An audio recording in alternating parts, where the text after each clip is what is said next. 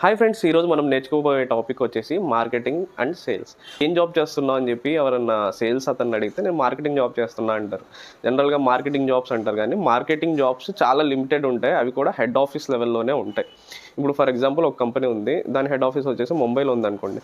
Marketing jobs అనేవి ఎక్కువగా monitoring head office ఉండే జరుగుతుంది. సో మార్కెటింగ్లో ఏమేమి వస్తాయంటే advertising, branding, customers, sales, promotions, growth, ఈ కాన్సెప్ట్స్ అన్నీ మనకి మార్కెటింగ్లో వస్తాయి. మార్కెటింగ్ అనేది ఒక బ్రాడర్ టర్మ్ అనమాట, ఒక సెగ్మెంట్ కాదు, మొత్తం అన్నీ కలిపి చేసేదాన్ని మార్కెటింగ్ అంటారు. దీంట్లో different level of peoples involve అవుతారు. అలాగే సేల్స్కి వచ్చేసరికి, సేల్స్లో మనం చేసేది ఏంటంటే targets, customer satisfaction, customer feedback,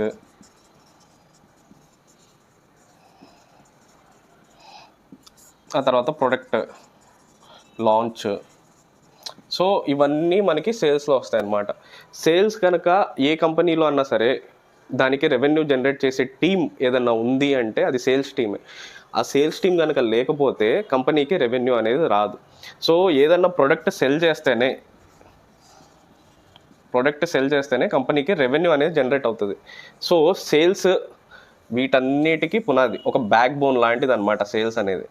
ఈ సేల్స్ అవ్వడానికే కంపెనీలన్నీ ట్రై చేస్తూ ఉంటాయి. ఈసారి ఎప్పుడన్నా ఎవరన్నా మీరు ఏం జాబ్ చేస్తారంటే ధైర్యంగా చెప్పండి, నేను సేల్స్లో ఉన్నాను, సేల్స్ జాబ్ చేస్తాను అని చెప్పి. So thank you, that's it for today. Thank you.